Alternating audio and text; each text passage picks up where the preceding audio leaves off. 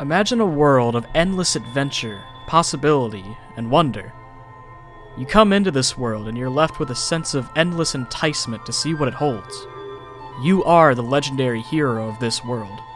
Continue forth on your quest to defeat the evil cubes. Cubes. Let's take a step back into the world of 2012 with internet and gaming. Minecraft is the current king of all games, and the voxel-based genre is getting new installments by the day.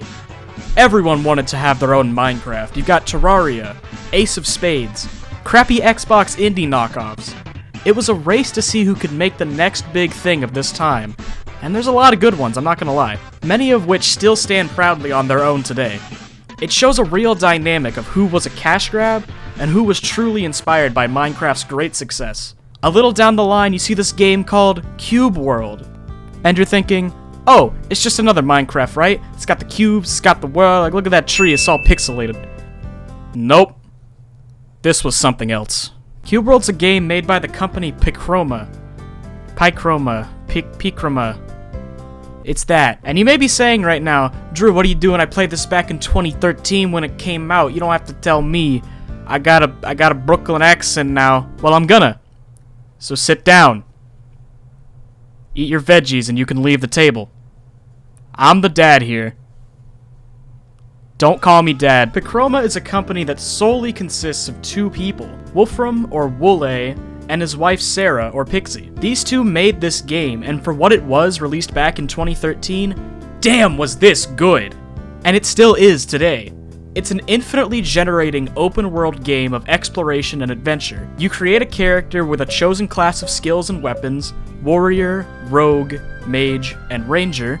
You get your own skill tree, dozens of pets to collect and train that can help you, gathering materials for crafting weapons, armor, and goods, enemies that range in a wide variety of difficulty and variation. I could seriously go on about this all day. Now with all of this stuff put into one game, you might think, oh boy, golly gee whiz, sign me up, let's play with some cubles! But here's the catch. The game's not finished.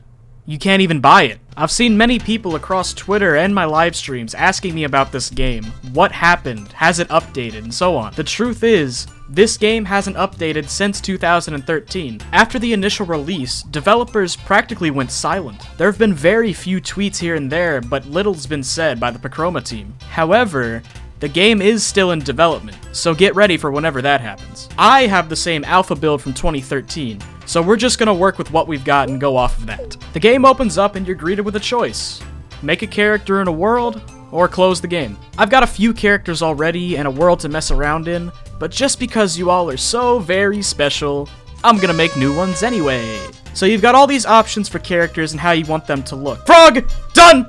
Then you're dropped into the world.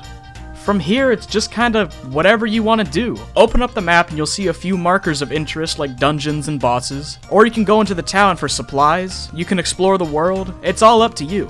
You can get supplies across the world for different things like crafting, food, weapons, whatever. These supplies are scattered around the world, drops from enemies, sold in shops, whatever it may be. Your goal throughout the world is to constantly upgrade yourself to face tougher enemies. Get yourself better gear, get some better pets, more XP, more stats. It's your basic RPG stuff, like you beat the boss, you get the loot.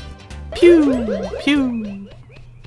Pew! As great as the game is, this is where it falls flat. Because it's incomplete, there's really nothing to do sometimes. Imagine Breath of the Wild. Link gets out of the chamber, goes to the cliff, and then he just kind of falls off of it. That's what this game feels like when you've played it long enough. You can get a ton of enjoyment out of it for what it is, don't get me wrong. Seeing different landscapes and biomes looks awesome as you explore the infinitely generating map. Finding all of the pets and enemies to fight, getting stronger, having random travelers help you in battle. It's all great, but ultimately, there isn't a goal. You're just a frog in a wasteland with a dog as your companion, and you realize how stupid you look. Because it was a very early release copy back in the day, there's a whole lot of land and a whole lot of nothing else. It's more like a demo for something that we haven't even had a glimpse of yet. Give it some time. Cube World has had dozens of plans since the last update in 2013. Ones that add a questing system, more classes, weapons, pets, races, more landscapes to explore. It's all there, it's just not done yet. I don't hold this against the developers. It's just two people sitting in a room, working together to make an infinitely generating world with infinite possibilities and areas. That's a big job for two people. Cut them some slack. I know you spent $20 back in the day and are still very upset about those $20. However, you knew what you were getting into. Calm down there, buddy. The last update on the game was actually about a year ago in 2017. So the two are still working on this game when they can.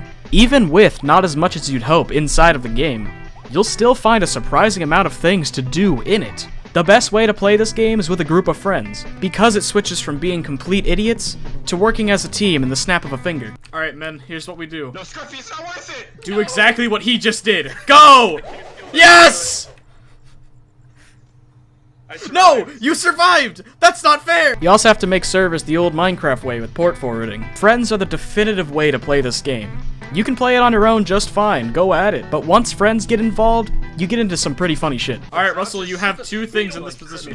It's the same thing with friends as the single-player game, except now you have team power, more damage output, and stupidity thrown in for good measure. Overall, Cube World is still one of my favorite open-world games to date. It sucks that it has so much promise and potential, but it's on an indefinite hiatus until the developers choose to release another public update. Like I said before, you can't even buy this game anymore. They took it off their store because they no longer wanted to sell an incomplete version of the game. Plus, over time, many people chose to harass them over the $20 they spent, started calling them lazy and all the other stuff.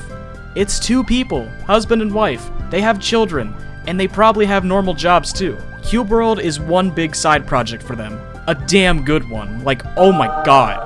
I do hope this game gets completed in the future, so there's way more to do in it. The amount of potential in questing, class development, and character customization sounds awesome. Many people seem to have forgotten this game, but as soon as I show off some footage or start talking about it, people get really excited. So I know I'm not the only one who knows about it, or even still wants an official release of the game if you already own it. What other game are you allowed to be a frog that shoots water from his fists at a walking onion while his dog smacks it with his paws? Come on, Nintendo, get on it, like really, dude.